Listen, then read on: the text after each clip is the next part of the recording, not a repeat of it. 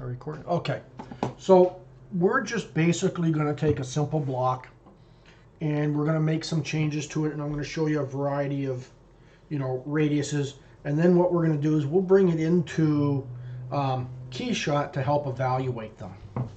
So right off the bat, what I want to do is I'm just going to create a chunk of squares, and we'll do them all the same size.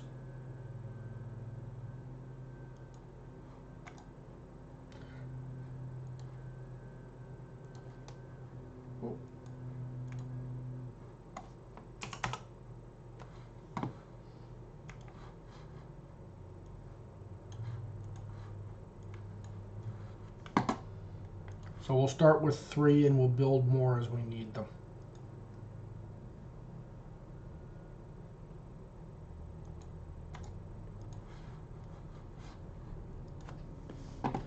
Okay, so when creating radiuses, there's a whole bunch of different ways that you can do it. Some of them is that you simply allow the software to pick how it's going to go in. Some of it is you just pick all the corners or all the edges and give them the exact same radii. And then there's somewhat more of a strategic approach.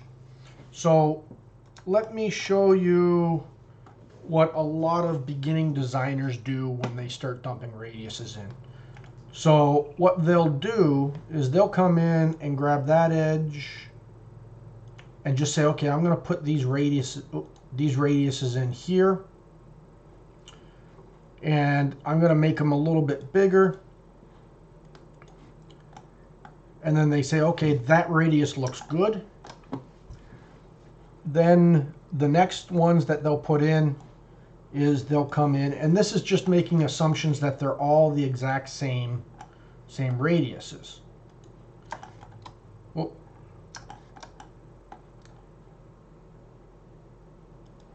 and then they come in and say, well, let's make that one even bigger, or let's make it smaller. And there they've put in those radiuses. Another method is I'm going to select all the faces at once. So I'm going to select that face, that face, that face, that face, and that face.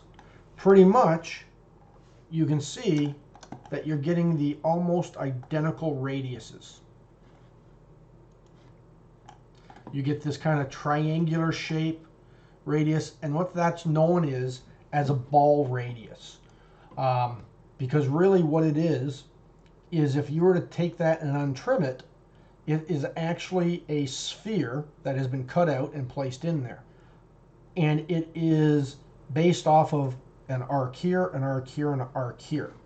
So let me just do one thing, because I want to turn up my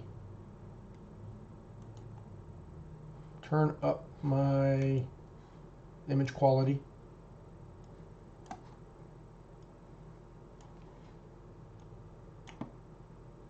Okay, now you guys saw what happened there, right? My radius got a little bit nicer. So what you can see is that light at that angle is only hitting that ball. You don't really see it hitting anything else. Now if I rotate this, you've still got that ball highlight, and then it kind of just drops. Oops. There's no real smooth transition. Now let's go this way, same thing. Even more so here, because you can see it almost is a oblong, and then the other highlight is up in here. Are you guys able to see that when I'm doing this? Yes. Okay. Now, let's take a look at the top radiuses and the side radiuses. So if I come in, am I in perspective here?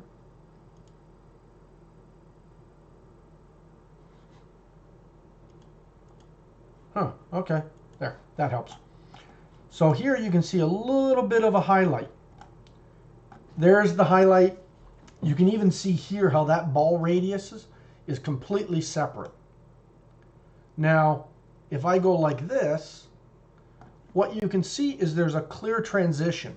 So this is the white surface. As I go like this, it becomes a solid line. It doesn't blend from face to face. Same as I go up in here, you'll see that it just kind of disappears without a very nice or smooth transition.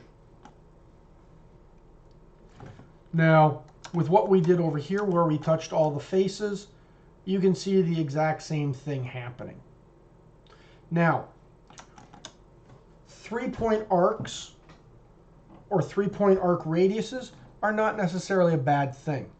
I use them a lot for if I am doing internal, bosses or ribs and putting radiuses around stuff on the inside.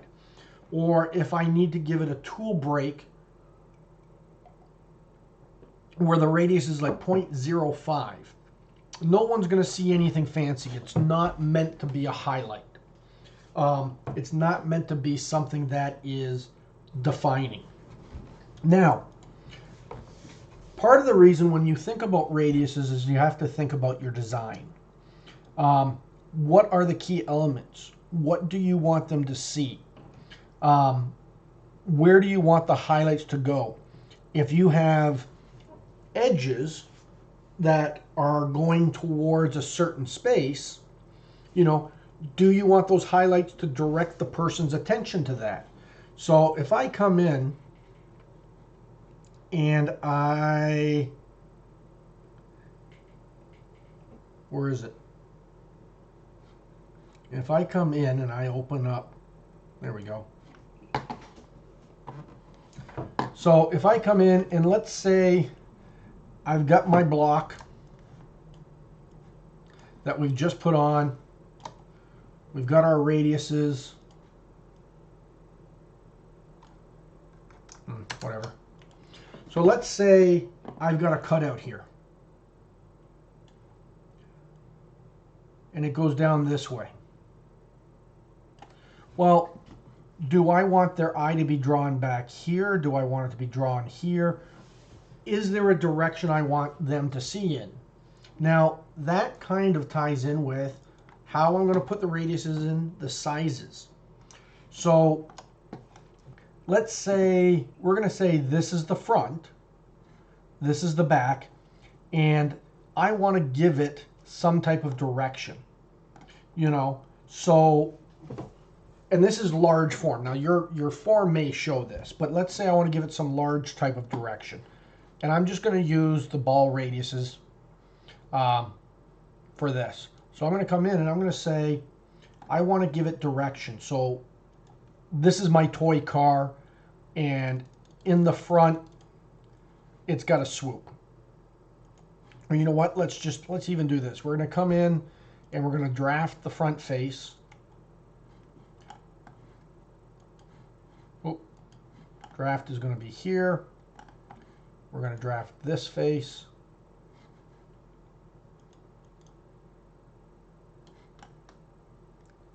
It's not doing what I want it to do.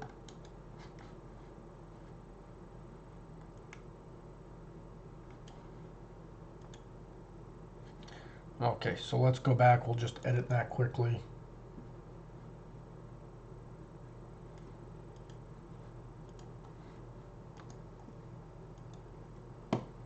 And we'll reverse the plane so it goes inboard. So there. So this is our car. And I want it to go in this direction. So if I put a radius, if I just drop radiuses everywhere, especially if I do this and then say, okay, well now I'm going to put a radius on this face.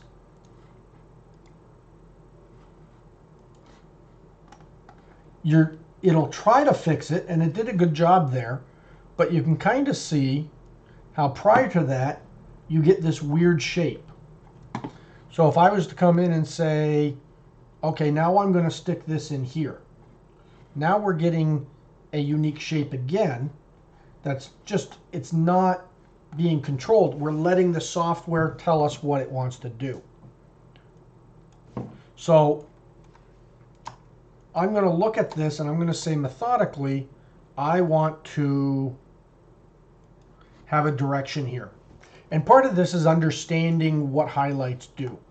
So if I have a larger radius here, and I'm going to be putting these things in a specific order. If I have a larger radius here, then I know when I put a radius here, if it's smaller, it's going to follow this edge. So I'm not putting the same, I'm not just grabbing all the edges at once, and I'm not grabbing them randomly. Now if I come here and say, okay, well this is the back, I want it to loop around. So what I'm going to do then is I'm going to grab this edge and this edge, and let's make it just a little bit smaller. And I'm going to say, oops, that's what I want. So now you can kind of start seeing that we make the assumption that it's front and back. So now what I can do next is I want to get that radius to go up here and wrap around here and go here. So what I can then do is come in, and add my radius in here. Now, one of the things, keep full preview on, because full preview allows you to take a quick look at it to see what's happening. Also, if you have full preview on and you do not see a preview, usually that means something's going on either with your surfaces or, you know, something that's not going to allow the radius to go in. It's either too big, you know, so if let's just keep crank there. So I don't get to see a preview. Well, these are only 2 inches high, you know, so it's all of a sudden gone. But now what you can also see, because I put a bigger radius here and a smaller radius here, notice how these are all the same size radiuses, but now I'm not getting that ball joint. I'm actually getting a radius that flows differently. So I can then hit yes. And now what we can see is if we look at these corners, because there's a slant there, you can see that it follows up, it gets fatter, oh, stop, and then it transitions.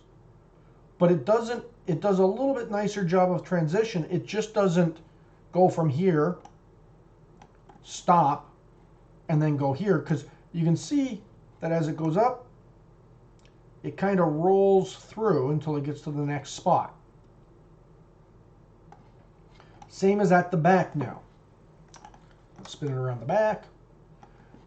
If I get the right angle, well, my light setup has 2 lights, but if I get the right angle, I can get that ball, but as I rotate it around, it's going to give me that look and feel. Now, what I can also do is come in and say, okay, now I want this bottom piece wrapped around. I don't want it nearly as big. And we can do that. But now you can kind of see that it pops up a little bit.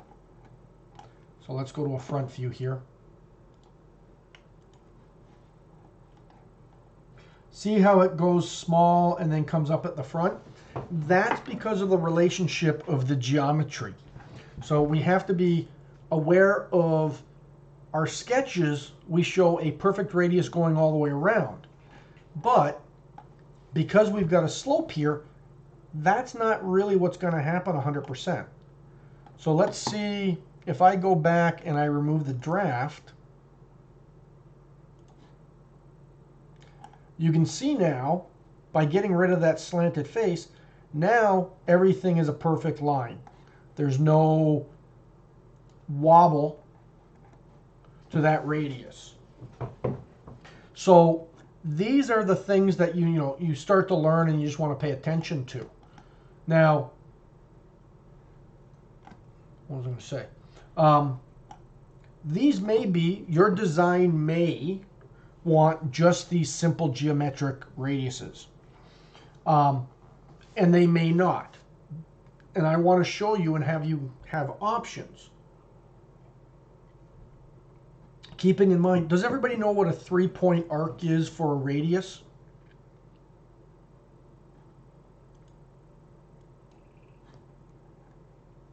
Yes? No? I'm not sure if I do so. Okay. You want to go with a quick refresher? Yeah. So 3-point arc is this. So if we come in and we want to have a perfect radius here, it basically creates a 3-point arc, which goes like that. So this is 1 point of the arc.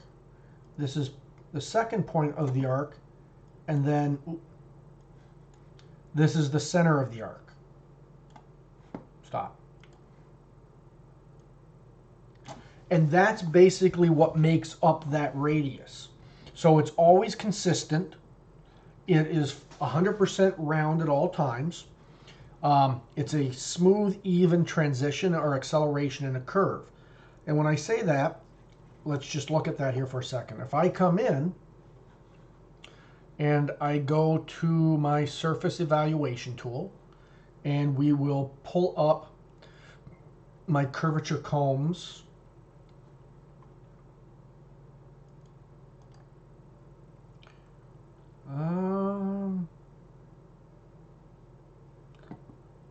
Shoot, is it not going to let me? So it gives me my deviation analysis. I don't want that. I don't want that.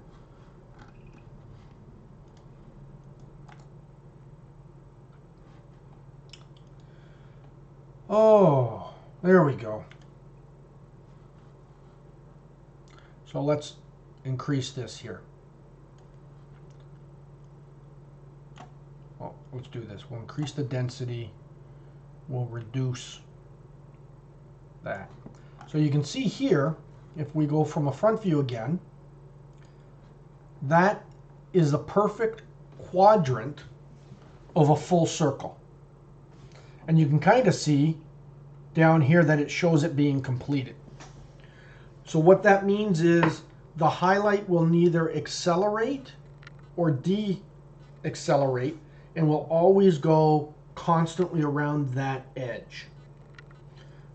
And I'll show you what I mean by that here as we move on to the next one.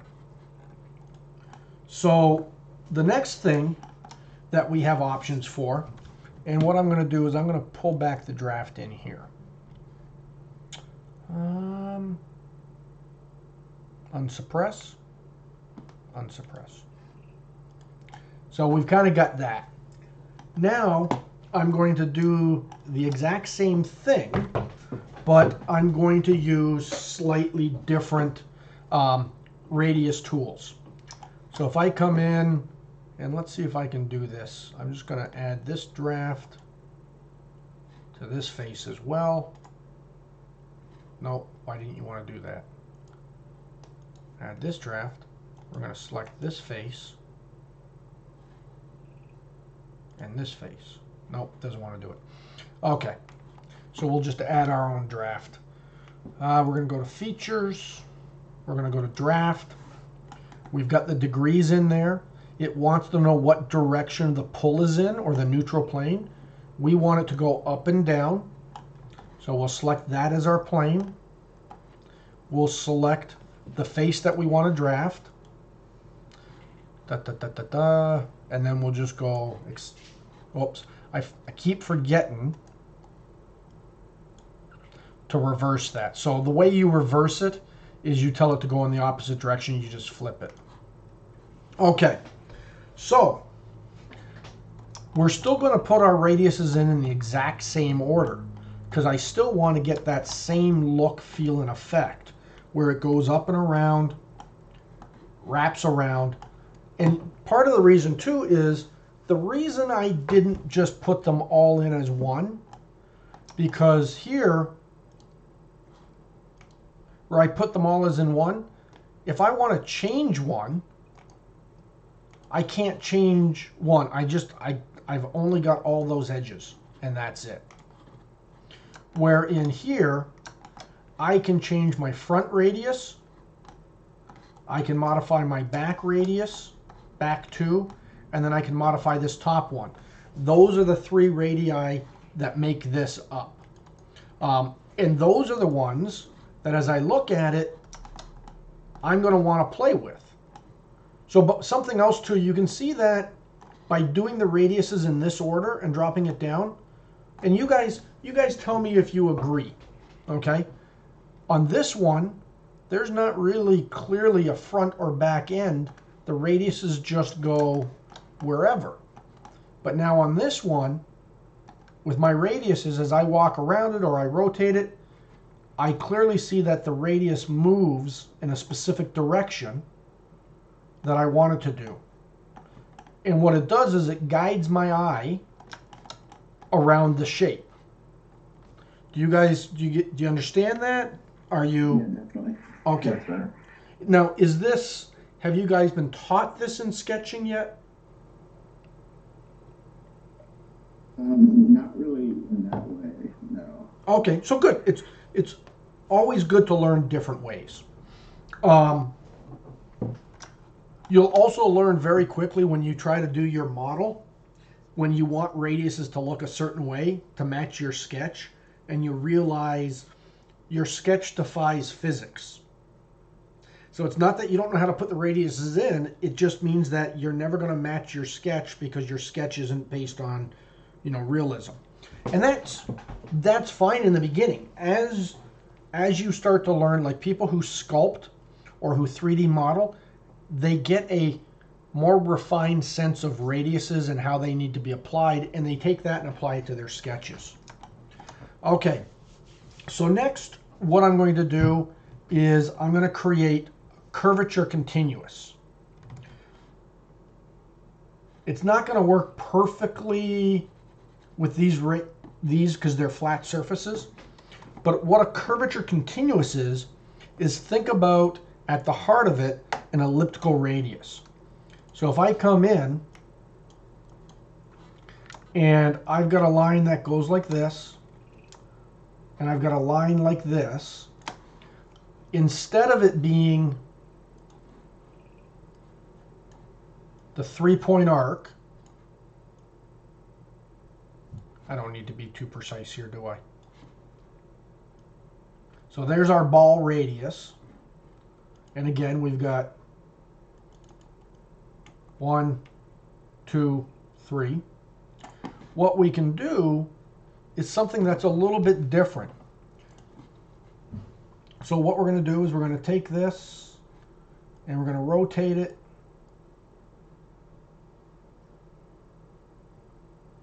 And we're going to get it into a position where now, I would spend more time getting that perfect. So what you're getting now is you're not getting that 3-point arc. And it doesn't seem like much, but it really makes the highlights different. What we'll see is we'll avoid that, hey, when the light hits it, here's that radius. This radius dies right here, and then this surface gets lit up. So we'll match this, and as we go, I'll show you the differences so that we can clearly see them. So I'm going to come in. It's all still within the fillet tool. And right now, we are just using constant size fillets. We'll get into variables, face fillets, and full rounds later. They all have their place. So what I'm going to do is, well, first before I get into the other ones, let me just do one more thing before I get into curvature. So what I can also do is go asymmetrical, where this is 100% symmetrical. You can't change it. Asymmetrical, if we look at this, and let's just go like this.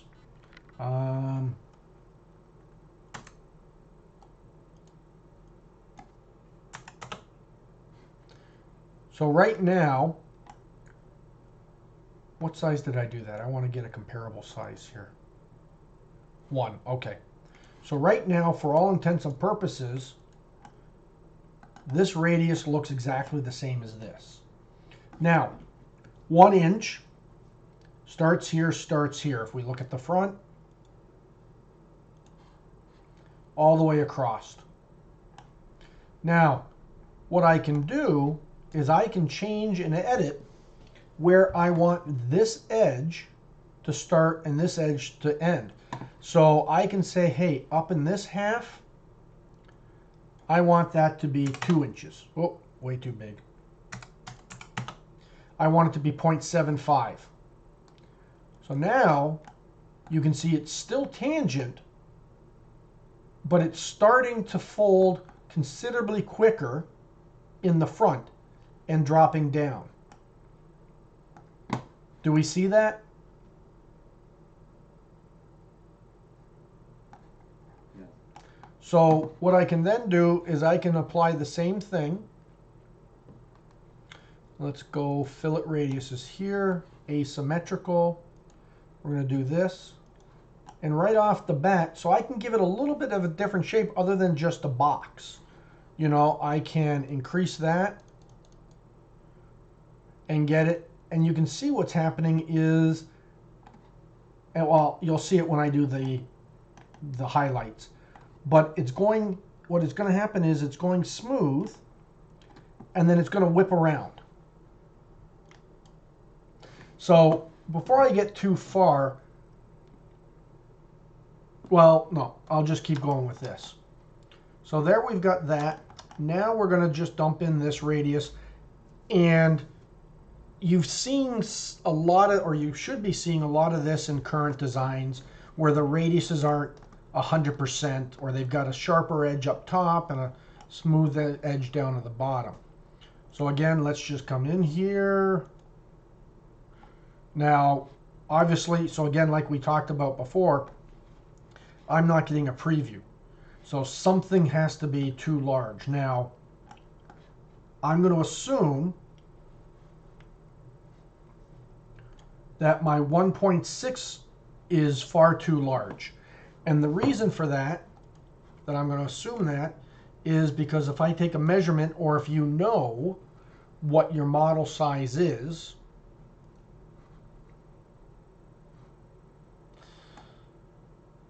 come on. My height is only 2 inches, so I feel that as it gets around this corner, it's not going to be able to wrap around. It's just asking too much for the radius. So let's come back. We'll go to features. We'll go to fillets. We're going to do that. And we're going to drop this down to, let's just say, 0.75. So you can kind of see, even at 0.75, this is what happens. It kinks. That is always, whenever you have a surface that comes to a triangle like that, whether it be a radius or whether it be something else, it's going to cause a potential problem down the line, whether it be shelling or offsetting or something. And we'll get into that deeper later. But you can also see, by doing that, my highlight's not all that smooth, because it's just going from a large one and trying to wrap around a corner way too tight. So you get this kind of weird jog. So if I go in and say, you know what, let me edit that radius. We're going to, what one am I doing here? We're going to take, what one is 2? I think it's 2. Oh, no.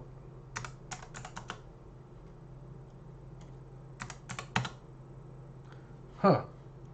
Why? Oh, there you go. So it's not taking actually any of them for some reason. There we go. So you can see, oh, and it's still this area it just doesn't like. There's a way to fix that when we start getting into surfaces. So if you really want to control that, there's another more complicated way to get that radius in there or that size and still have it the way you want. So right now I'm showing you how to control various radiuses with just using the radius tool. Later on, when the radius tool is not giving you what you want, I'll show you a method for trimming surfaces back and building the surface in between, but still making it so that you can easily edit it. Not as easy as clicking on a fillet tool, but usually the more complex, the more control. So if we look at this now, you can kind of see, first off, by getting rid of that weirdness, it goes down and it goes smoother down. Now, as we look at this, oh, hold on, I got to take a call from my son. I'm sorry. What's up? We can just go Thursday because Benjamin Oh, okay. is stuck at school. Okay, I'm in class. Bye.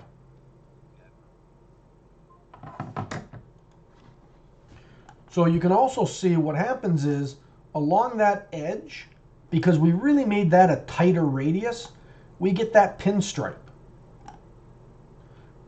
And then as we go over, it rolls into a bigger highlight and transitions into that front face. So again, here, it's kind of a constant thickness along here and along here. It's the same thickness as it goes all the way down. Now here we've got that tight highlight. So instead of using, you know, like a fat brush, now you're using a pencil just to get it along that edge, but you've still got it feeding into a higher highlight. Is that making sense? Are we able to follow along with what I'm saying? Okay. So, and again, I can come in, I can edit this if I want. If I say I don't like that, I can come in and say, you know what, I want to make it symmetrical. And then it switches back. So you can do a variety of things. You're not stuck with that. But you can still see if I get this too big,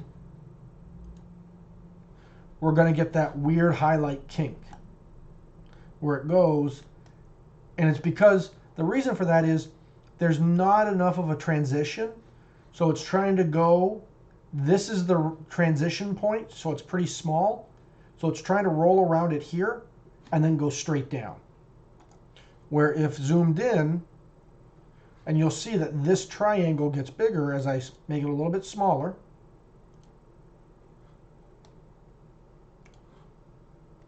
Now it's got much more of a gradual blend in and going down.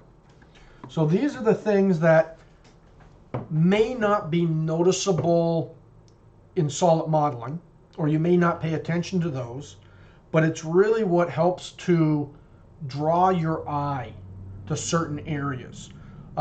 If I want to draw my eye to a specific design detail, I'm going to really make sure that my highlights are drawing my eyes in. Or if I want someone to follow something along, I'm going to pay very attention to the direction my highlights go and how it's shaping and wrapping around. Okay, so those are kind of the highlights for just a simple 3-point ball. Let me just bring these into Keyshot really quick. And again, when I'm doing complex modeling or surface modeling, I jump back and forth. Keyshots or SolidWorks's highlights and lighting is not all that good. in my mind. So it's much nicer in these areas. And there's something else I want to show you. Even in this shaded view, you can kind of see where that radius starts and stops. You see a distinct hard line here and a hard line here. Is that reading in your screens? Yes, no? Yeah. Okay. So what we're going to do is, what I usually do is I grab a uber shiny material. My default is I go with my cherry or candy apple red.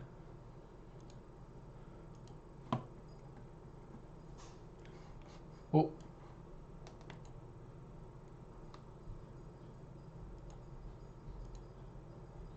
Huh. Okay, we're going to go with candy apple red. And I dump it on there. Now, I can really see what's going on with these highlights. And I can see it much clearer than I could in SolidWorks. So you can kind of see where that highlight doesn't even hit a ball there. It's more of this weird looking triangle shape. And you can kind of see that the transition of that highlight is pretty harsh. Like you can see when I'm doing that there, it's not a smooth, clean transition. It's a harsh highlight. Now, even here where we gave it a direction, it's the same thing. It's still a pretty harsh highlight. You can see here, it comes across and stops and doesn't flow in there. Same as the light is hitting that surface, but it's not really hitting that. And if I do this, it starts to wrap down. But again, at that intersection, it's a hard change.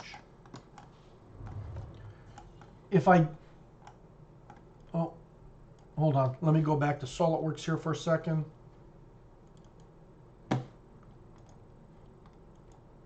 Because you kind of already understood that. So let's go with asymmetrical.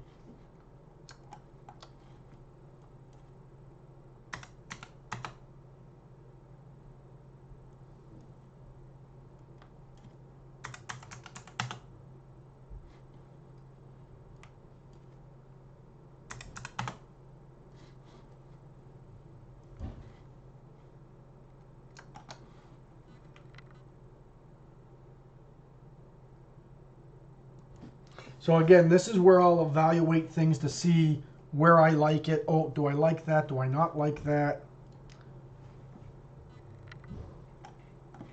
Did you not update? There you go. So you can still see those hard edges at all points. Not really all that nice. So it kind of gets me the point that I want. And you can see here where it wraps around really nice. And you can see here, it starts to wrap around. You can see here, because I didn't put the radiuses in any desired direction, it just kind of stops because it doesn't know where it wants to go. Here we've told it, I want it to go this way. I could have easily made it go down this way. Here it's going to go wrap around there for a little bit more. Here it's going to hit that corner and then just dive right in to that edge. You can see here, it takes a longer time to get around that corner. Okay. Let us go back to here. I want to save these. So if I come back and let's go suppress, everything else should suppress. We're going to go to a top plane. And I'm just going to do a couple more cubes here quickly. A couple more cubes. I'm not going to be as fussy as long as it's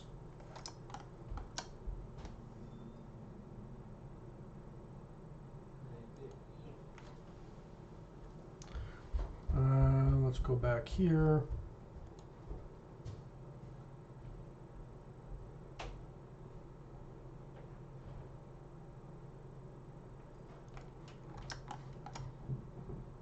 I don't know why all of a sudden it's snapping to an angle like that.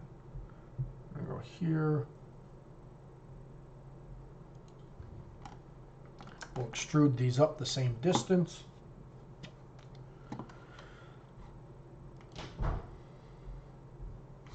Oh, get out of the sketch.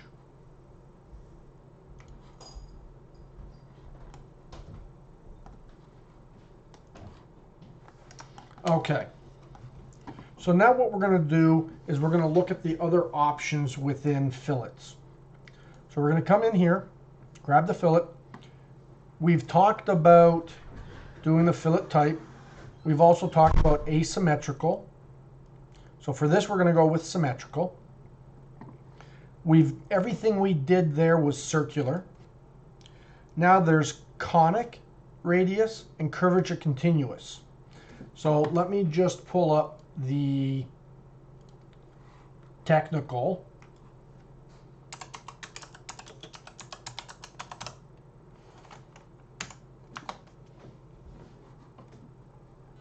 Let's just go with an image. That's all we need. So, no, it's not going to show it very well, is it? A conical radius is basically if I have multiple surfaces joining together. Oh, you know what I can show it on? Okay, hold on one second. Let me scroll back. We'll unsuppress this. Oh, unsuppress all these.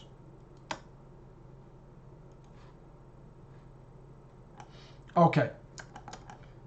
So we're going to put a radius on the bottom of this. Now we've got different face angles coming into one. And we're just going to put on, you know, a standard radius. It's going to be symmetrical, circular. And we're going to do this. And we're going to say 2. That's going to be way too big. Okay, we're going to really over-exaggerate. So you can kind of see, oh, it's way too big and it did that. Okay, hold on. Let me get it down a little bit here in size.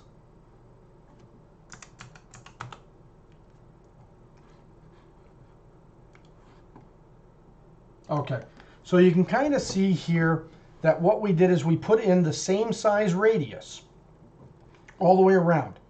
You know, I didn't change the size of the radius. It's just that whole edge is a 0.25 inch radius.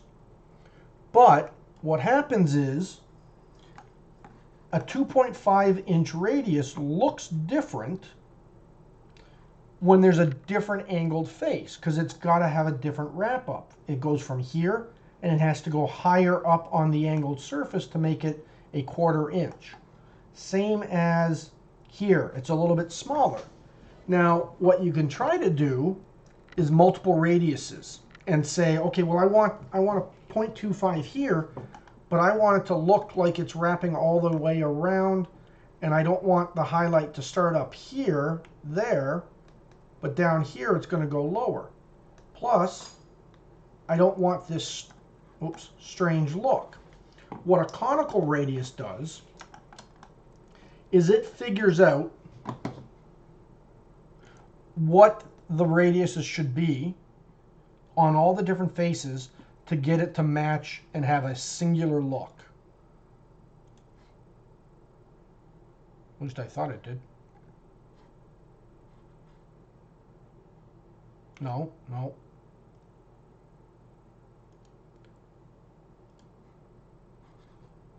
It's not doing what I want it to do.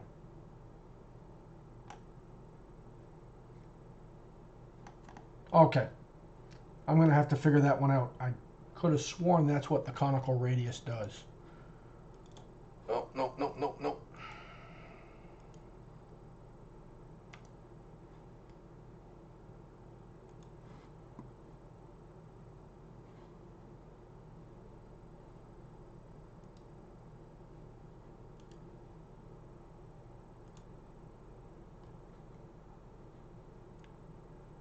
Where's the tool?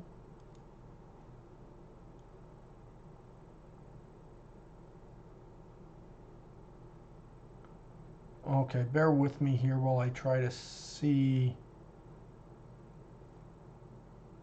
if it has what I want. And it doesn't. Okay. So we're not going to worry about that for now. I'll figure that one out later. We'll go back to our curvature continuous. We'll remove it actually and take it off of there.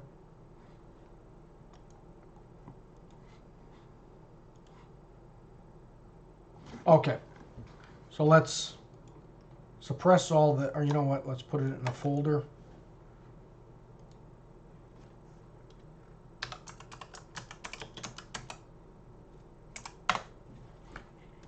Because that way it's very simple and easy for me just to hide that or suppress all those things.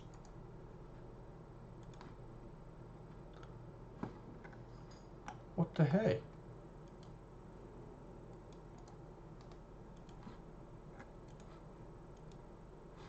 Okay, something's going on with the good old graphics card all of a sudden.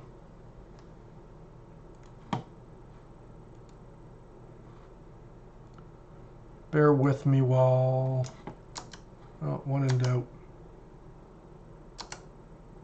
They actually joined.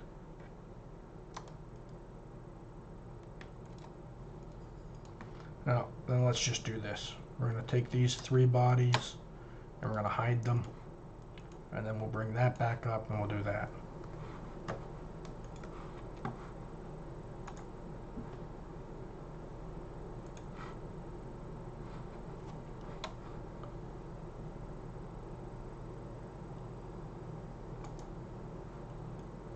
Oh, shoot. For $3 and a cookie, who can tell me what I did wrong?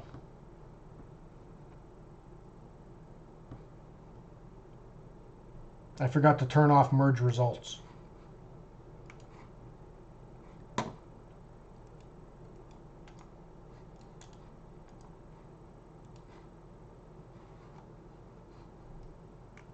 Okay, so let's go back here.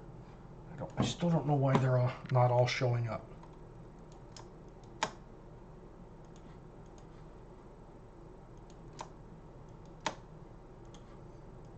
There we go. Okay. It is 4:15 approximately. Before I start diving into the curvature continuous, do you want to take your break now, or do you want to wait a little bit?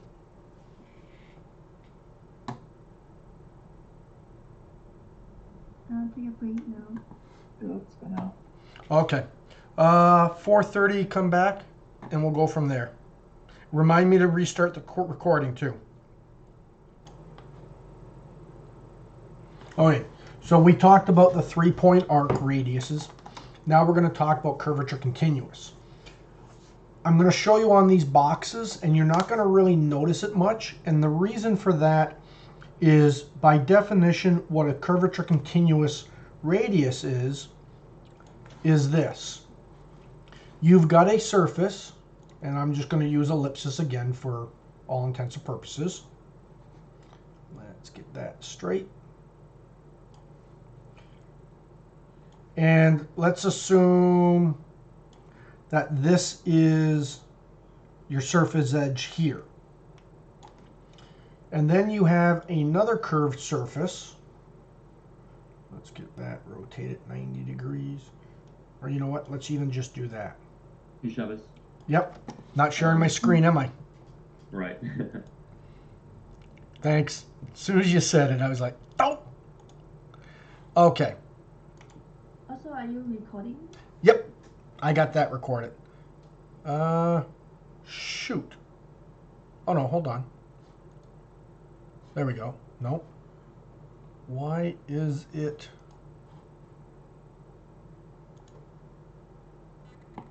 Let me just wait and see. Okay. So curvature continuous means that your radius follows the curve that it is being built off of. So here on a straight line, it's not really it's following a straight line, but all it does is blend that 3-point arc in here. Same as if I come in here and do that, if I was to create a simple 3-point arc, like let's say these corners intersect it. Well, you know what? Let's actually do that. So we're going to come up here and we're going to say that these curves intersect. Let's rotate that around.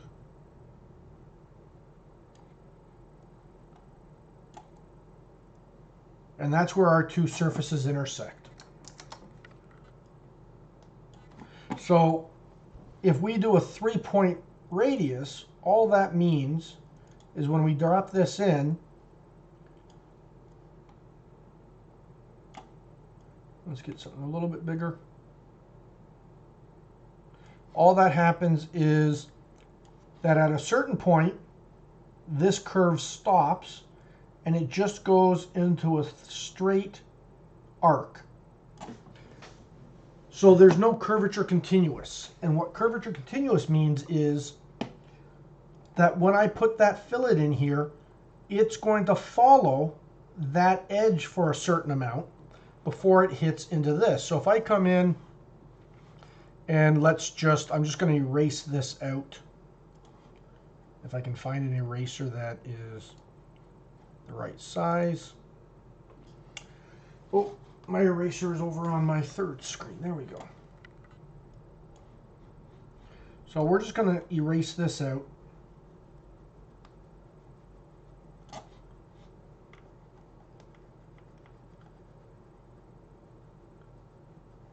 So what it means is there's going to be a transition, and this one's going to look really sloppy. And what the transition is that this portion of the radius will follow. Where's my right pencil? Will follow this curve for a certain amount before it transitions down to here.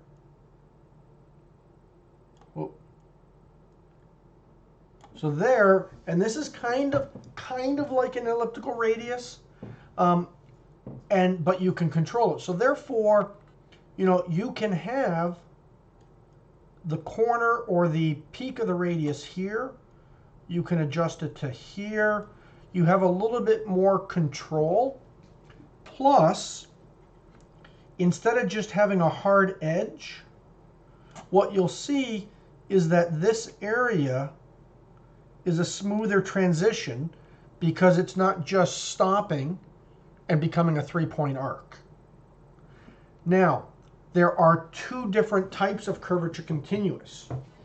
There is one where it is only curvature continuous off of one edge.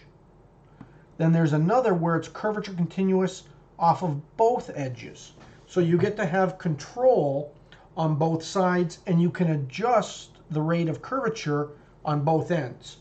Now, curvature continuous surfaces, curvature continuous fillets, anything are complex geometry. SolidWorks came very late to those features. If you want to do true Class A modeling and have real control, then you're using a surface package or you're simply using Alias. Now, you can get SolidWorks to do what you want. It can be just more cumbersome. And at the same time, I'll show you again how if the standard radius tool doesn't give you what you want, how you can create curvature continuous surfaces just like you would in Alias. Okay, does that make sense to everyone?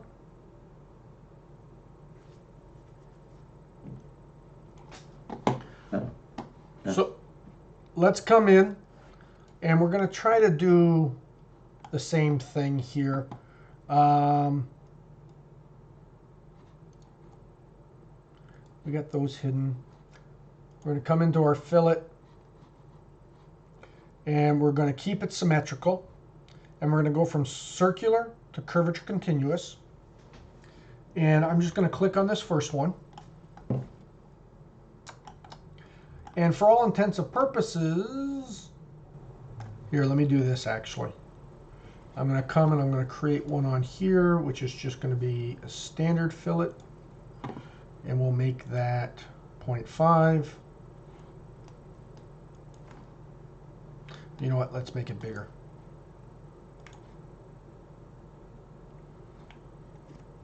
Here we go, 1.75. There we go. So you can see, like we talked about, perfect circle, you know, one quadrant. Now we're going to come in, and we made that 0.75. So we're going to come in here and we're going to make this curvature continuous. Still going to be 0.75. Now let me hide this one so we can see a little bit better. Now, if you look, even though this is a flat surface, it's still, and if you guys can't see this, let me know. So if I come here, you can see this is the perfect arc. Starts here, constant all the way down here, and goes to here. Where on this one, what happens is that this radius follows the flat line for a little bit, then starts transitioning, and then starts transitioning back into the flat. Now, what that does, and for this I'm going to bring it straight. Or here, let me do this. I'm just going to dump on some of the other fillets. Oh, no, that's not what I want. Dump that. I want to dump that. We'll make those 1. We'll say yes. Then we're going to come in here. We're going to dump these on. 0.25. 0.5. I don't know why it's not liking 0.5. There we go. Okay. So now we're going to use curvature continuous entirely on this object here.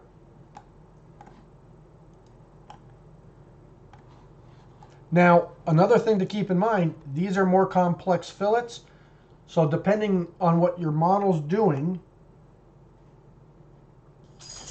well, that's weird.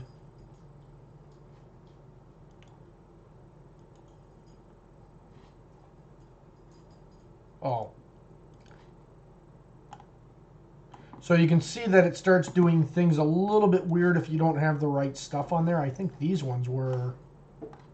No, those look like solid arcs. Nope. There we go. Sometimes it's frustrating that it remembers the last thing you did. Sometimes it's good. Okay, so let's come back in and we'll add these onto the back. We'll make them curvature continuous. Go there and there, and we'll go 0.75. And you can see, even with this, you've got to keep in mind where the radius starts and where the radius stops is going to be very different.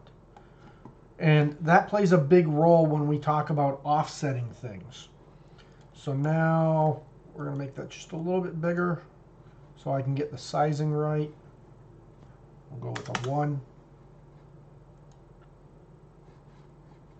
And then we're going to come in here and we'll go with the fillet. That's going to be too big. That's going to be too small.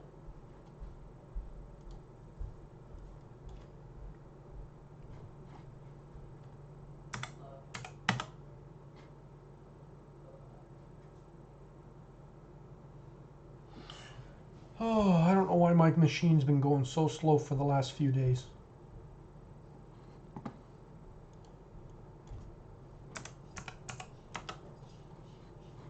Okay, there we go.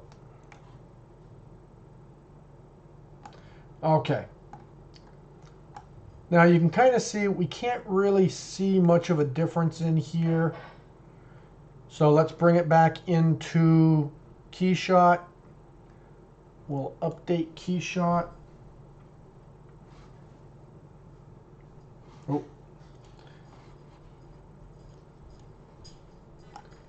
Okay, so here are our two objects. Are these them?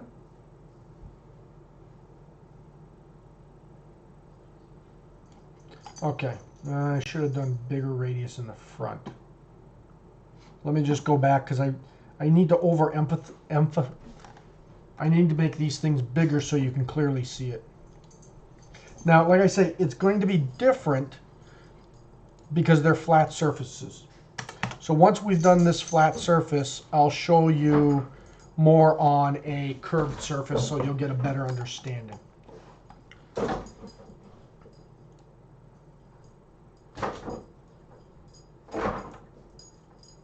And this is where also understanding, you know, when to use, you know, when is it going to make a difference?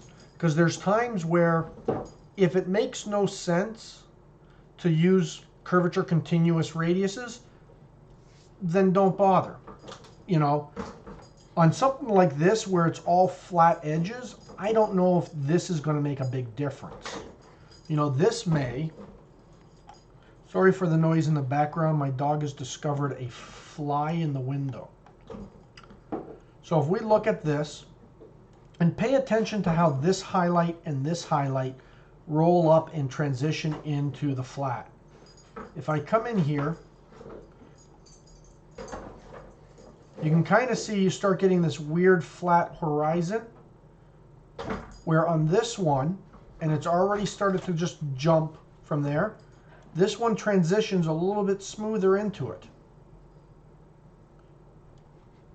Are you guys able to see that on this?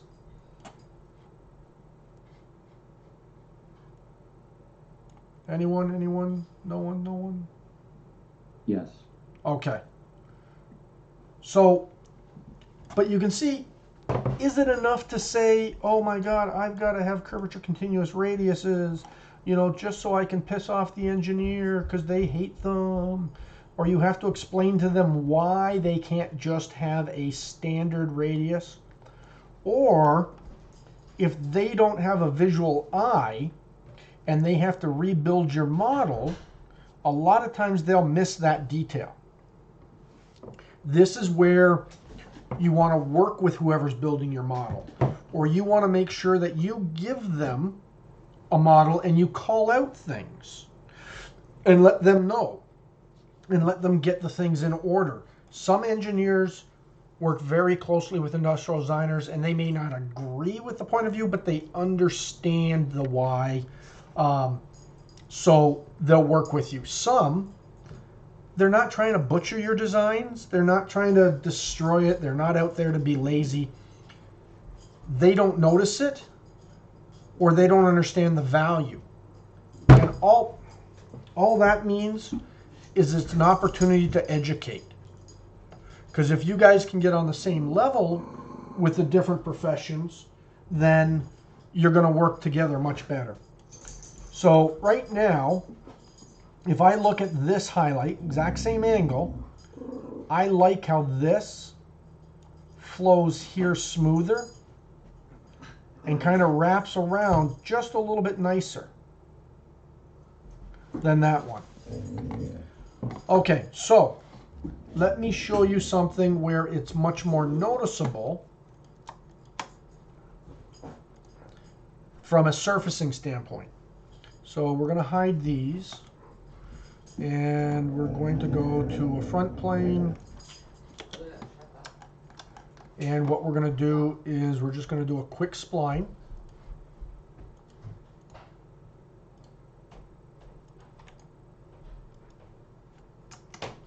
We'll take this, we'll go Control CV, we'll move it over to here. What we're going to then do is extrude it. And what I'm doing right now is I'm just getting two surfaces that are the same. We'll go there. Now we're going to go back to the front and we'll do another sketch.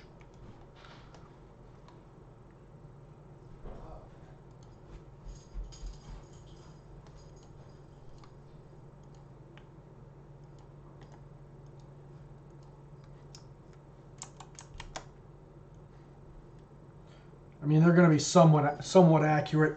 Oh, geez. So I'm not too worried. For all intents and purposes, it's not going to make a visual difference. So we'll exit out of there.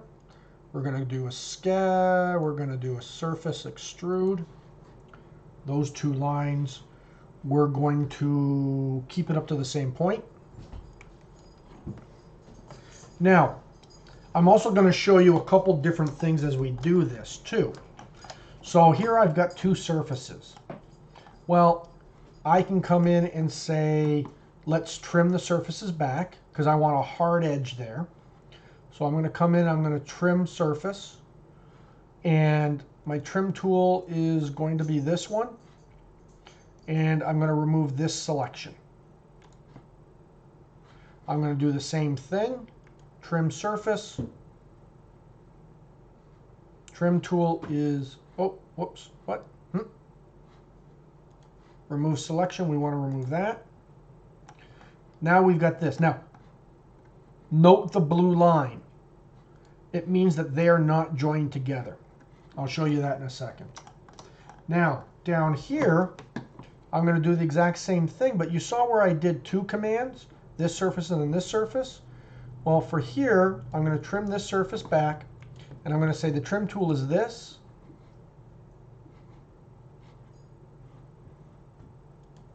And we're going to go, why is it not letting me? There we go. We're going to do a mutual trim, which means I want to trim them both at once. And then I'm going to come here and I'm going to say I want to remove that. And I want to remove that. So by doing mutual, meaning that I'm using both as a tool, what it does is it automatically trims them and then automatically stitches. So what you'll see is here, where I did the other approach, surface trim, knit surface.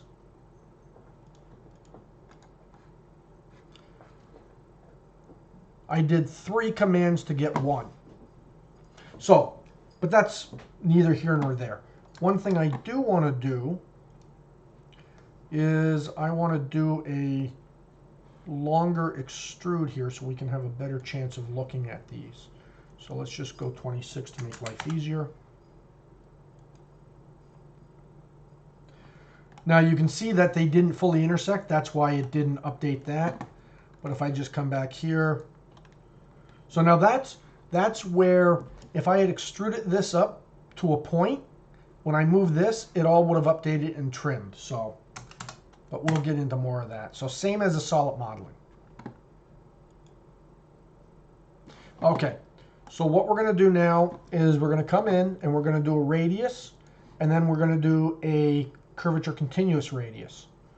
So let's start with just a circular. And we're going to really show it up. So we're going to do 4.5. Now, you can see that it's tangent. When we look at this, it doesn't do the highlights very good in here. So the next one is, we'll come in. So exact same thing that we did before. We're going to make it curvature.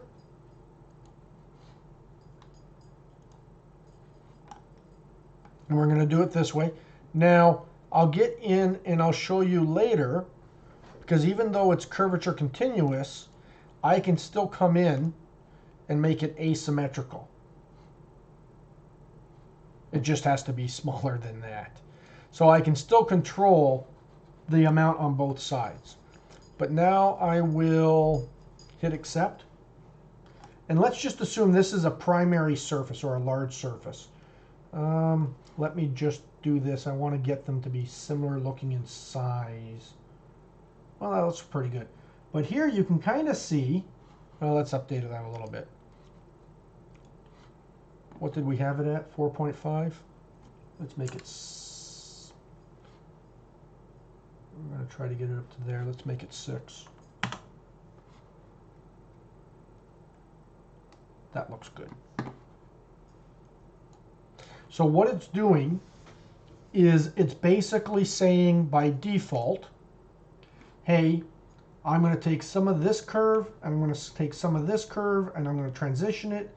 And usually what it does for the basic is at the 50% mark, or let's say the 30% mark, it then transitions from one curve to the next.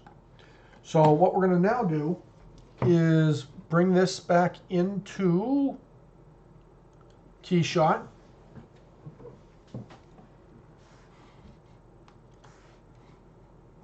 What we want to do is take these both, position them. We're going to snap them to the ground so that they're not sitting there. And then what I'm also going to do is, that one is not curvature continuous. So what I want to do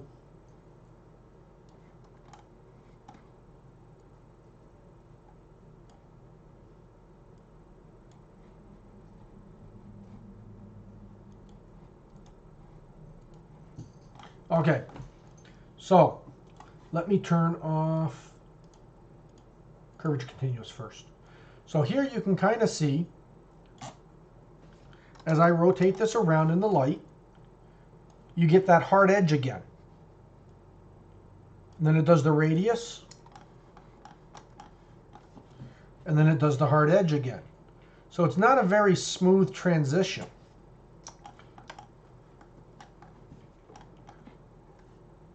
Now let me show you something else as an evaluation tool in here. So I'm going to come in, I'm going to go evaluate, and I'm going to turn on my zebra stripes. Well, here you can kind of see that when it cuts across this line, it's nice and smooth, and it runs across it, and you can't even see any breaks. Now in here, it's hard to see. See how it comes across and then there's a jog? That's that hard edge. See, as in here too, there's that jog. Up in here, it just flows nicely because there's not that tangent break. It is a smooth surface. Are you guys able to see that on my screen? Yes. Okay, is it making sense? Yeah, that zebra stripes is a cool trick. It is. And basically what that came from was automotive industry, where what they would do is, back in the day, clay model, whatever model they made, they would literally take a incandescent tubed light and walk along the car and have it above the area so that they could see that reflection of that light and what the car surface was doing. Because if it wobbled, like if you hold that incandescent light up against a very flat surface, it should be a very straight line. If you bend it onto a curve, you're going to see it curve. If you've got a kink, it's not going to be a smooth curve like this. It's going to be a edge like that. So let's go back into, and you can also see how, can't really see that in here, can I? Even if I come in here, you know, even if I go to plain white and then come in and let's go and get an appearance color, and we'll do metal, and let's do chrome, and we'll dump chrome onto here. Hold on, I've got to go let my dog out. Bear with me. Okay, sorry about that. But you can see, like, it's not meant for doing those highlights. I can't read it very well. Now, other software, and I'll show you this another time in Alias, they spent a lot of money. The automotive industry said, look, if you're going to sell us this $30,000 package, your highlights have to be realistic. Your reflections have to be just the same as if we were in the real world. So they spent a lot of money. Same as rendering packages. So if I come in, you're still going to see that. So you can kind of see it going through there, hard edge, and there. Now let's turn that one off so that we're looking at them independently. And now we're going to do that, and you don't, oh, that's kind of a bad angle. You don't really notice that as much. It goes into the smooth transition, and you can kind of see here, it's gradually going in. It's hitting that tight radius corner that is right in here, but it's smooth. It's going to get brighter at that point where that curve is. If we come back to SolidWorks, it's going to get tighter in here, where this is going to be all one giant wash. Our radius will get a little bit tighter in here and then smooth back out down to there, which is what you can see that's happening. Now, let's pull them both up. I don't know why that one doesn't seem to be snapped to the ground.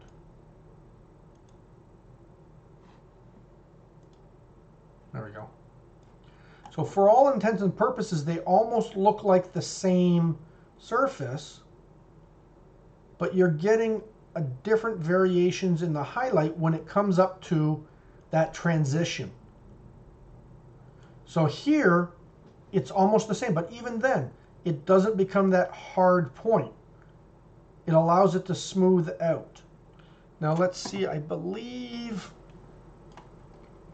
let me see. Zebra. I thought I had zebra striped in here.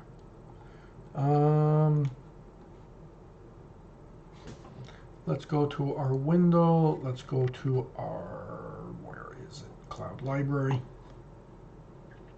Materials.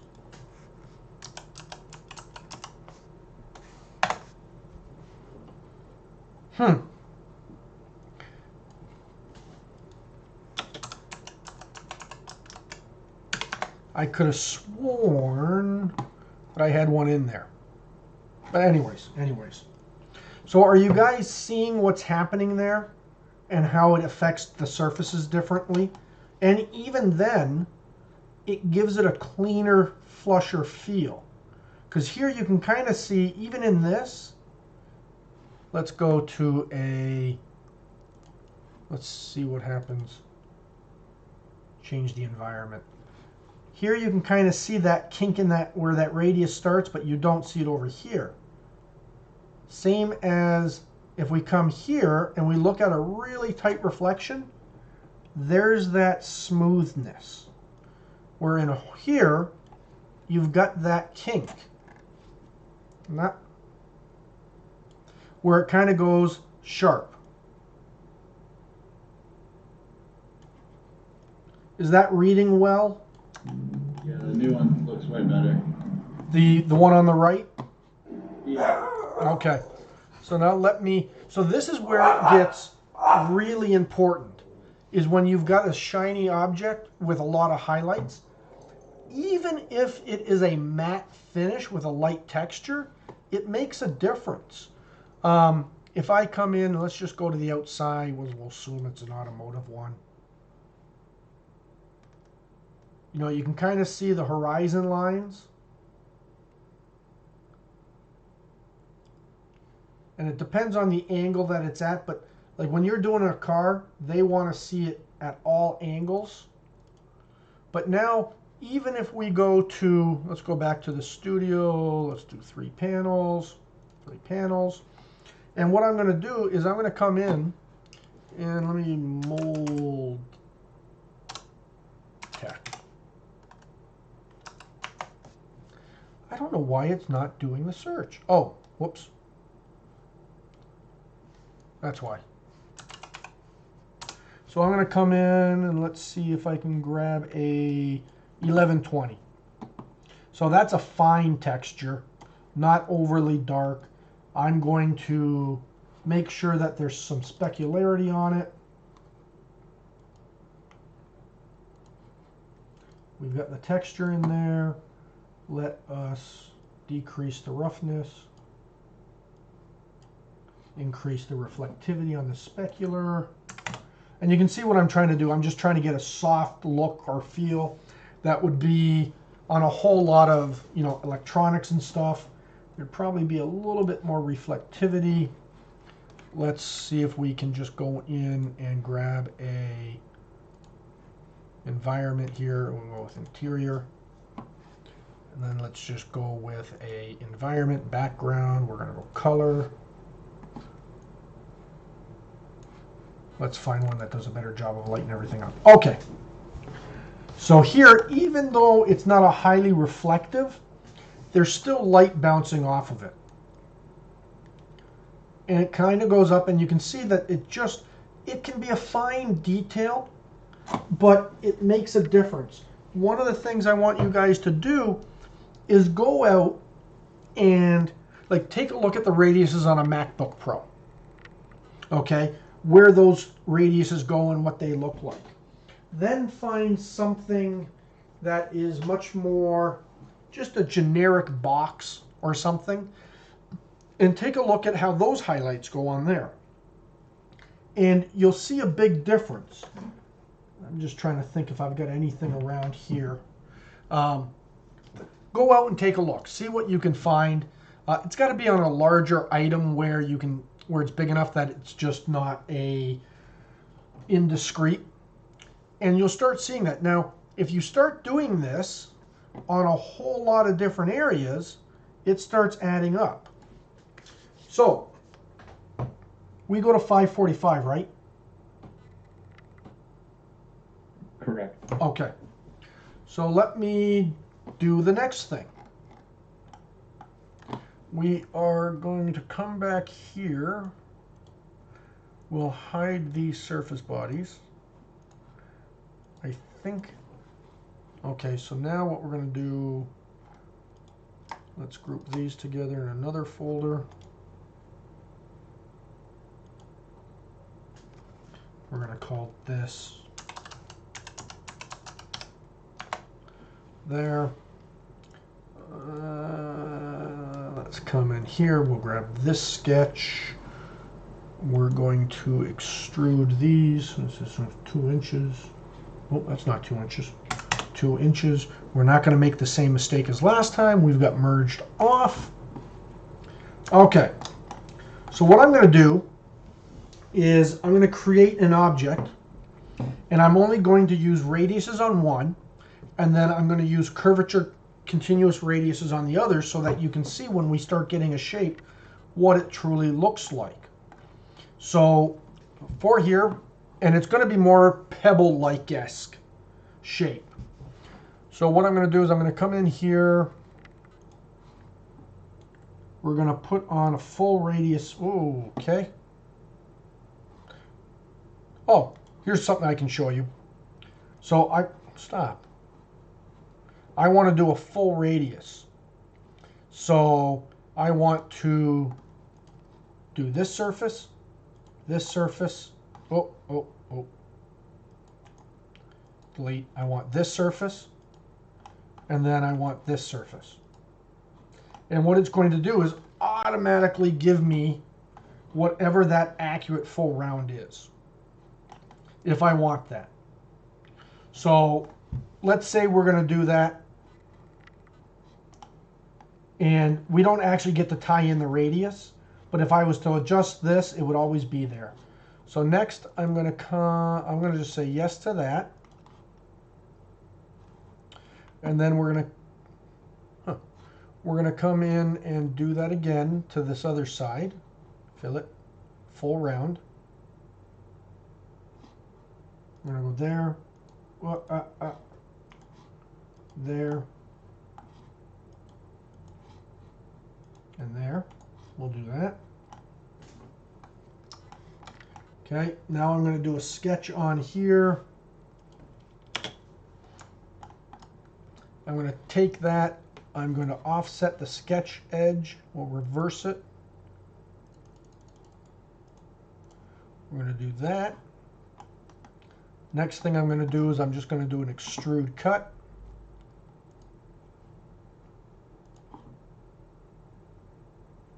We don't want to go that deep.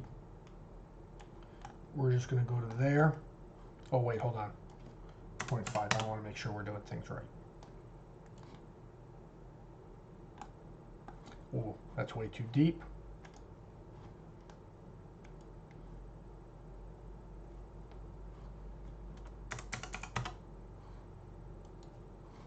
We'll do that. And then I'm going to do another one on here.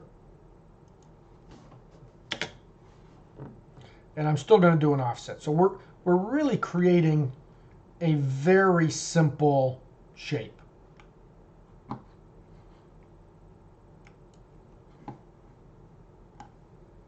For this one, I'm going to extrude it up. Extrude up. And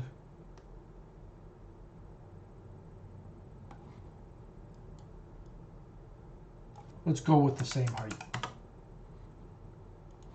Okay. So we've got our basic overall shapes and we got one control radius. So now what I want to do is I'm going to come in, I'm going to dump the radiuses on the top. Oh, not the face.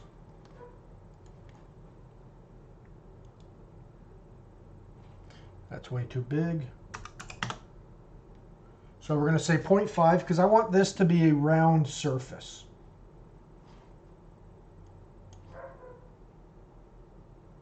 I want the outside to be a little bit bigger than the inside.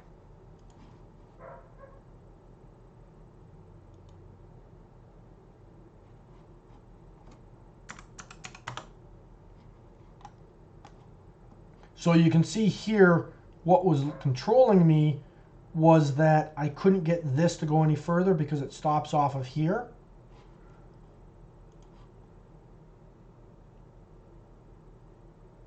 If I want that not to be a flat area, what I can come in and do is if we edit that,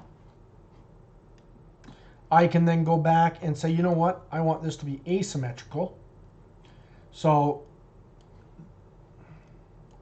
this bottom one has to be 0.25 or number 2, but the top one can be greater. So there you, hold on, let me go let my dog back in. So that still allows me to get that full round in there. Now I want to have this transition to a smooth radius here. So let's go back. We're going to continue. And you can see how I'm putting this all in a methodical order as well.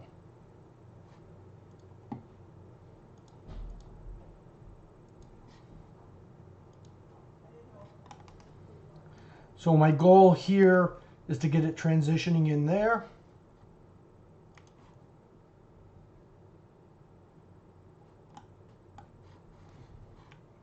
Next, we're going to do these ones.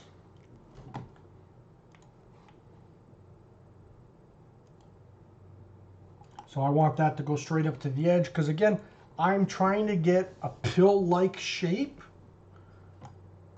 so that everything is smooth and rolls over.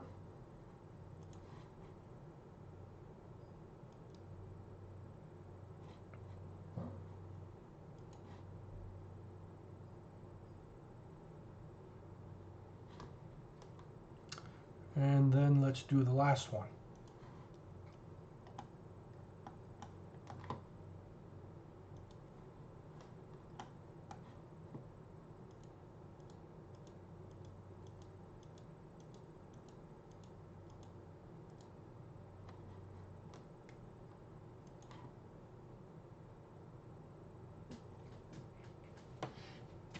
Okay, now, you know what? Let me just hit save.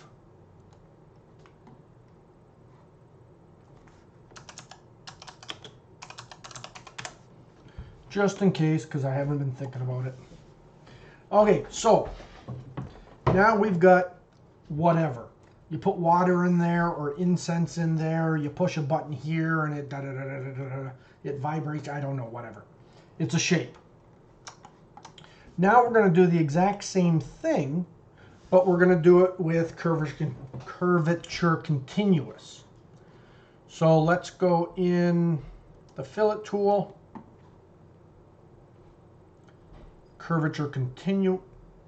Were these all Curvature Continuous? I'll be pissed if I did that. I think I did.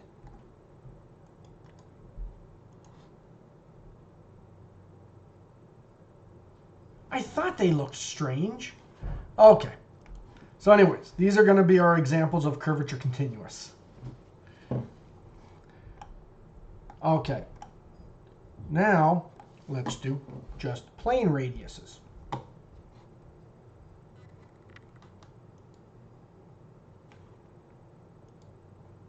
Circular. We're going to come in and we're going to do a face one again.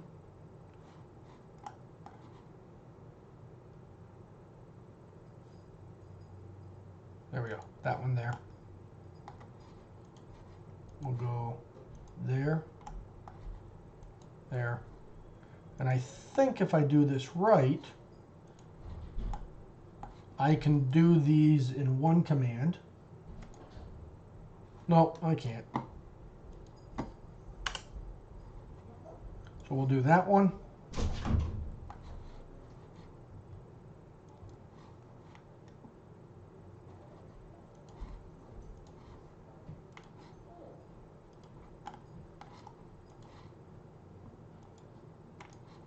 Now, let's just see something here. We're going to go to top view. You can kind of see, even though these, well, I don't think that one was actually Curvature Continuous. So I just want to go back and check something.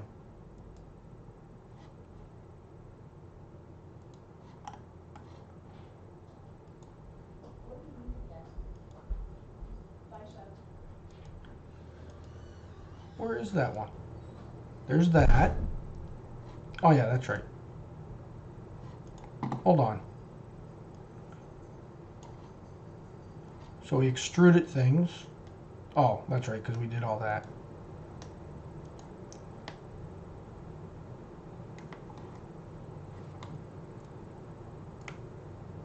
Okay, I don't think you can make that one Curvature Continuous using that. So I'm going to take a slightly different approach for this. Instead of doing that full round, I'm going to do a full round, but I'm going to use Curvature Continuous radii. So we'll go delete.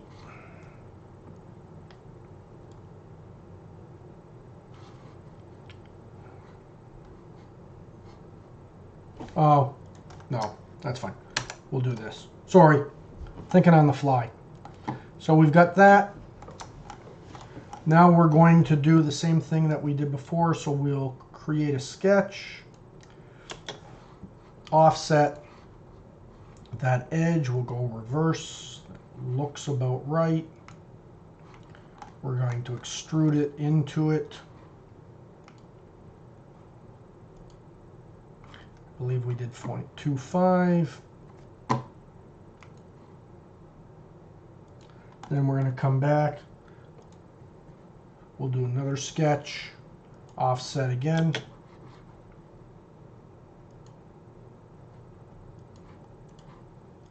Do that. Offset again. Reverse.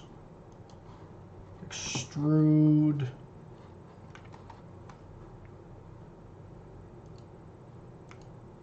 Should be the 0.25. So you can see everything we're doing is the exact same build. But now I'm just going to put in normal radii. And one of the things is if we look at it here, again, you can kind of see that that's not a 3-point arc. Because you can see how it tapers off over here and kind of stops down in here a little bit less. So now let's just put in standard radiuses. So we're going to go fillet. We just want to do normal fillet. Get that turned off. I'm pretty sure I put this one in first. I just want to make sure I kind of get it to be about the same size, which is that there. And you can see already, if I put that in, see there? Where it's raised up here, it's lower here. So let's come back in. Now we want to put a perfect one on here because we want to have it go straight to that edge. It's almost actually perfect there. 0.5. Whoop, whoop. 0.5. 0.55. Nope. 0.5. 0.51. There we go. Now you can see a problem too is it did not want to go straight to that edge. Now we're going to come in, we'll do this radius here.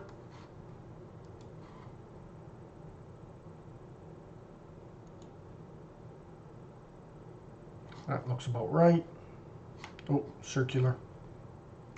Hopefully I'm doing this right in the sense that one is all curvature continuous and one is all fillets.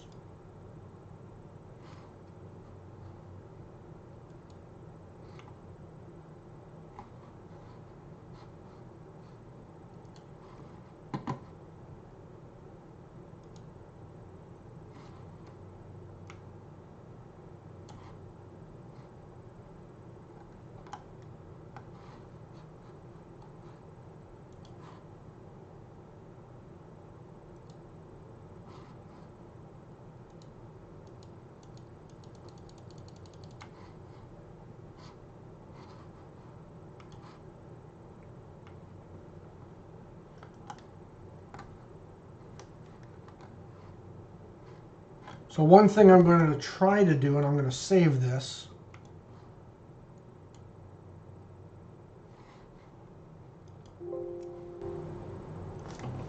is I want to do this radius differently here so that it is truly a curvature continuous. So let's find where we're at in there. Okay, so let's see what happens if I can suppress this and suppress. We're just going to delete them.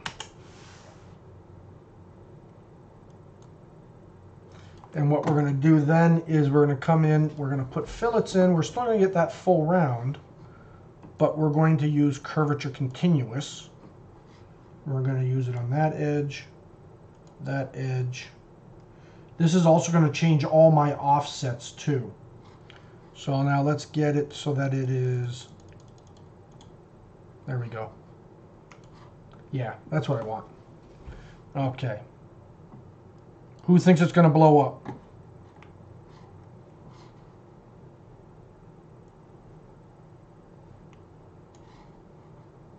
Don't blow up.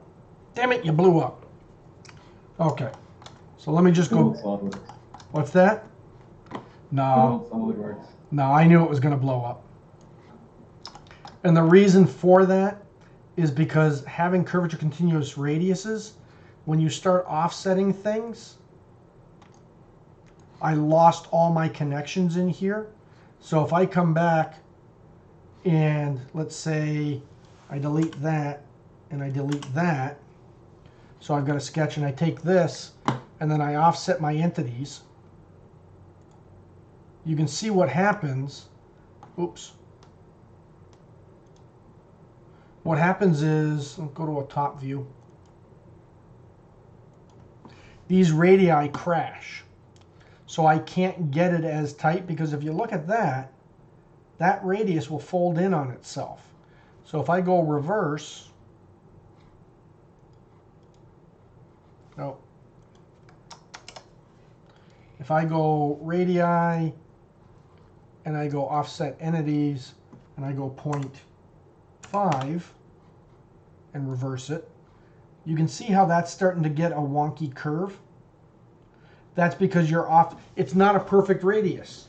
So it's not going to just make a smaller circle. So you have to be aware of that. That is for sure. So let's do that. We'll exit out of there. The next thing that will crash will be the next one. So that does that.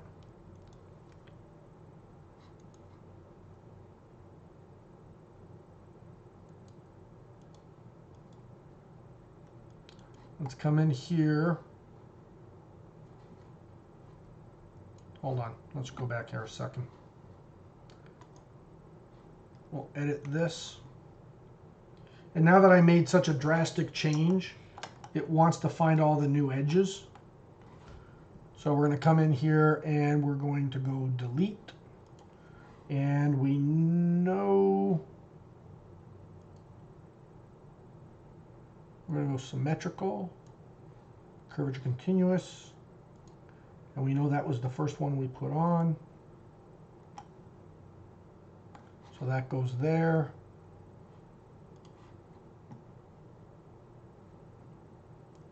Let's just jump back up here.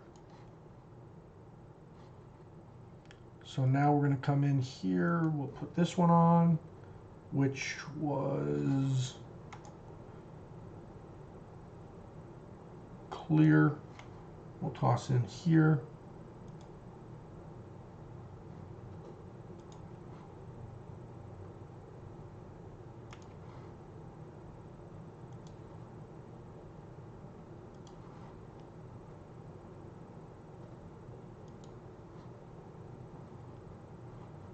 Let's change that to 0.2, 0.25, 0.22. It's a lot quicker if I know what my numbers are, actually. Now this one we did as an asymmetrical because this came all the way to here, correct? Anybody remember?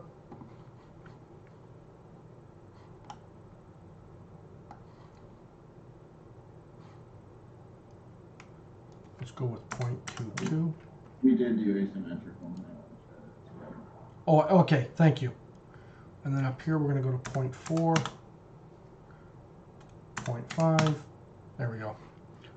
Okay, so there we've got that. Hopefully it doesn't crap out on me. Now I'm going to come down and I'm going to fill in the next radius. So this is where it helps to be organized or really to understand, you know, where your radiuses are. If I was going really quick and fast and loose and dumping radiuses all over the place, this would take a lot longer. Now we're going to come in here. We'll dump that in. Now we'll move down to this. That one's missing its edge. I don't know what I just did there. Oh, that's what I did. We're going to take this, edit it. So we're going to miss that edge again.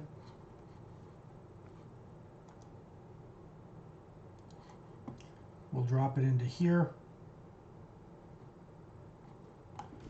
Oh, we got to get rid of the missing edge there. There. Hold on. Clear all missing references. There we go. I'm going to drop this in.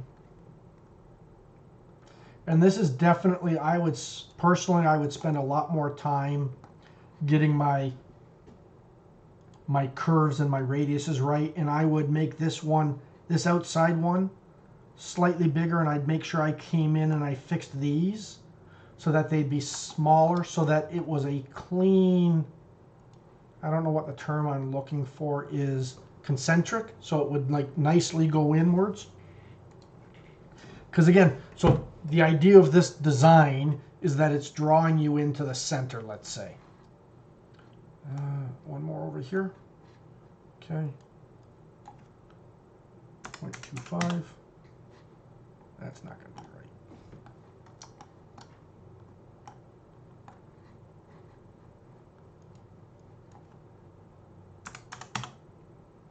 There we go.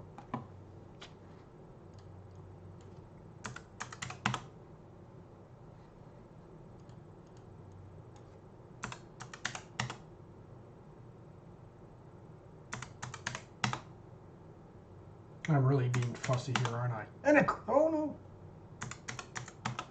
I just want to get it to that edge. I don't want it flat. Okay, close enough. I'm thinking around too much there. Okay, and now we're going to come in and we'll do the last radius. Oh wait, hold on. Let's make sure that... Okay, that's over there.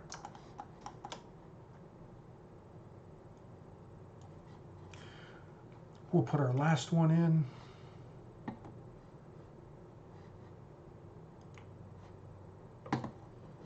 So here I'm picking the edges. Oh, it did it. So instead of sometimes picking the edges, what I can do, I'll delete that, I can pick the face. So I'm not going around selecting all the edges.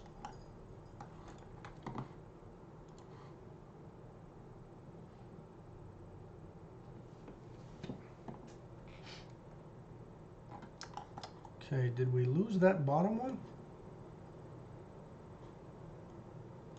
Okay, let me go back in here.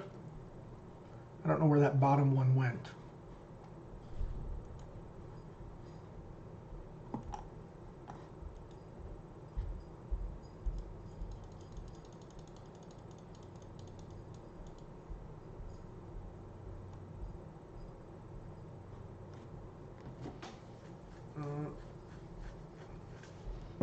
Bear with me while it thinks.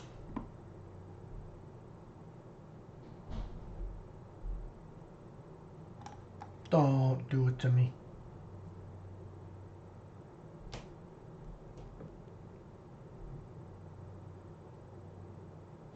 And you know, the thing is that I hate is you can't escape a command if it's thinking too long.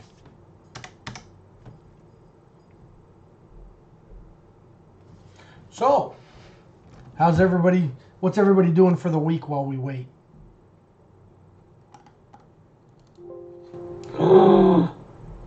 Oh no.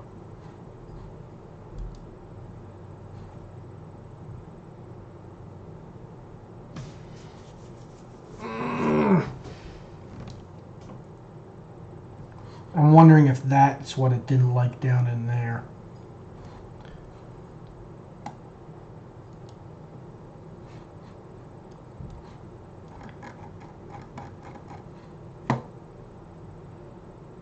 Did I save when I made all these changes? Probably not.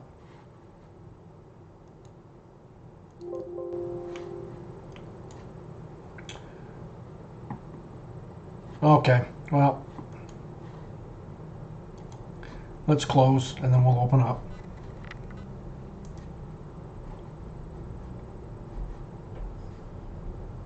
Ooh. It's going to attempt to recover. Let's try. Who's a betting person?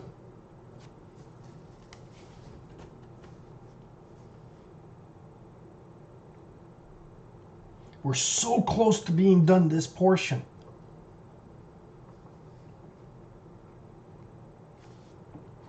Okay, let's take that. 526. Oh, well, 526.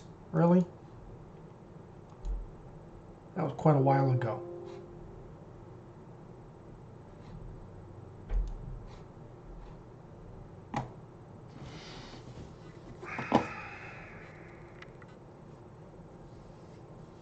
Oh, no.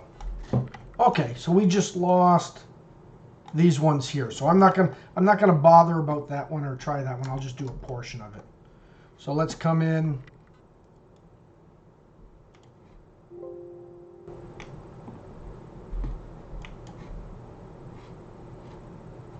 So we're going to go quick, and what I'm going to do is I'm just going to cheat.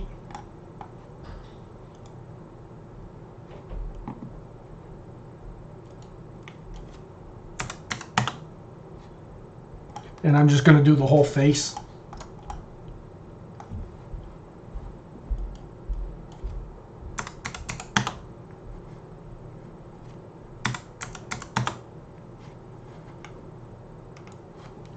Make life easier.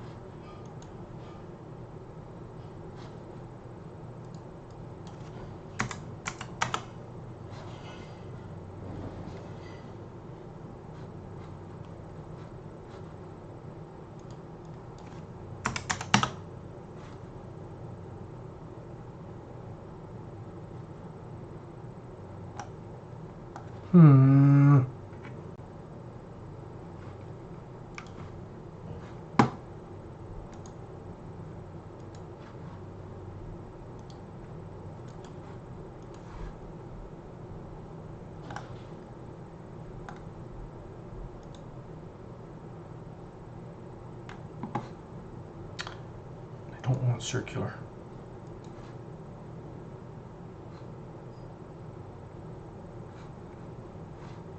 There.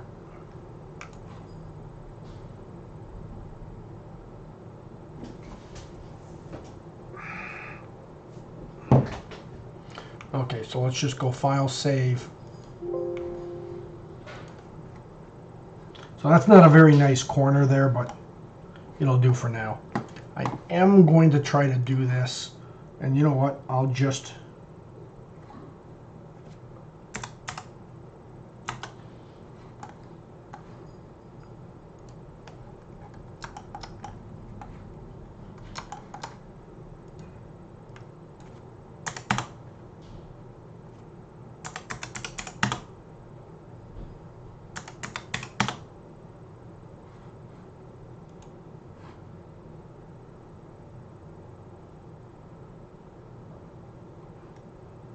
There, my risk paid off. Now that one shouldn't be any different. Okay, so let's start looking at this from the different points of view. Now, sometimes it's a combination of things that you want. So you have to look at that and vary. Now, I could also go in and play with these in a whole bunch of different ways. So you see here, once again, curvature continuous. It follows here and goes down to here. Over here, it's that full arc. Same as up here and over here. If we go to a top view, same thing. You can see here we're getting very much the full radiuses, the full rounds. You know, we're getting a little bit more, you know, very much more of a pill shape. Here we're getting a little bit more flats in there. You can also see things are not as, like here it's completely concentric all the way in. So it's not to say that this isn't what you want, but it is to say that, hey, there's a difference between them. I can also come back and let's say I want to adjust this, and let's go to a straight on front view. And maybe what I want to do is I want to do asymmetrical. And then I can adjust these. And I can do a variety of different things to get that shape in there. Okay, so now that we've got that, come on. Damn it, I shouldn't have touched it. Let's take a look at what it looks like when we go into Keyshot.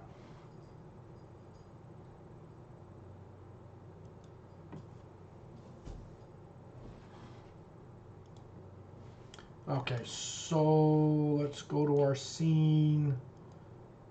We'll get rid of that. We'll hide that. We'll take this one, we'll move it just a little bit away further.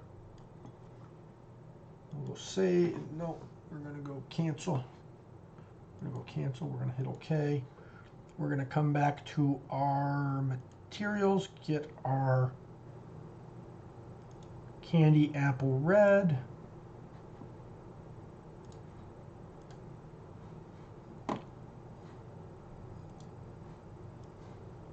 We'll dump it on these two. So now you can see that simply using different radius types has given us a completely different look. Here everything kind of flows together, you know, and it was quick and simple. But if we look, you can still get that radiused hard edge, you know, and no matter what, that's going to be there. Over here, you've got that slightly different look where you've got a difference in radius where it comes up and it comes down. You could take a lot more time, you know, smaller radiuses playing with this to get it to look similar to this. But we start it with a box. And we did pretty much similar radiuses, but you can see completely different shapes. And you can play with it to get the different types of radiuses that you want. You can also see how the highlights hit here differently. These are very much more pinstriped. Part of that is because on these fillets, or on these radiuses, we didn't play with and adjust where it came. It just comes straight out. It's got that curvature to the flat and then down. Now, what I'll do in our next class is I'll show you, I'll surface model this and get some more form into it, and then show you how that can change the effect as well. Because again, if I'm doing, well, no. But you can see a big difference. I personally, if I'm looking at this and I want it like a pebble-like object that was soothing and there was going to be water in here, I would go with this. Or I would probably maybe go with these, but I would definitely play with my radiuses a lot more, and I would probably make them all asymmetrical to get that flow. But it's one of those things. You have to have a plan. So we've got like 4 minutes left. Questions? Comments? Did I lose you?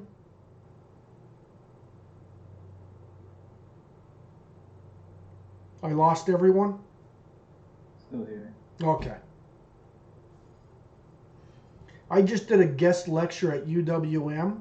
University of Wisconsin. Well, yeah, they talk as much as you guys. So a lot of information, but are you seeing that radiuses are more than just grabbing edges and putting them wherever you want? Sure. Okay, that's the main thing I'm trying to get. You know what? I want to 3D print this.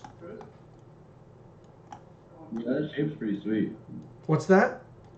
That shape's pretty sweet. This one here? Yeah. Yeah. I'm imagining like a marble rolling around it or something. Yeah. Yeah, I mean, I like it. It's simple.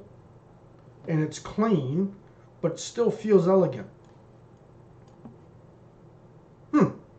I wonder what I could make out of that, or what I could turn it into. Sometimes it's fun just to make a form and then figure out what that form is going to be. You know, like, hey, I've developed a form. How can I make a product out of that form? Awesome. Well, that is it, everyone. I'm going to try to get this uploaded maybe tonight, maybe tomorrow, because I got to do some editing to get rid of the dog stuff in that, so we can reduce the size. So if there's no questions,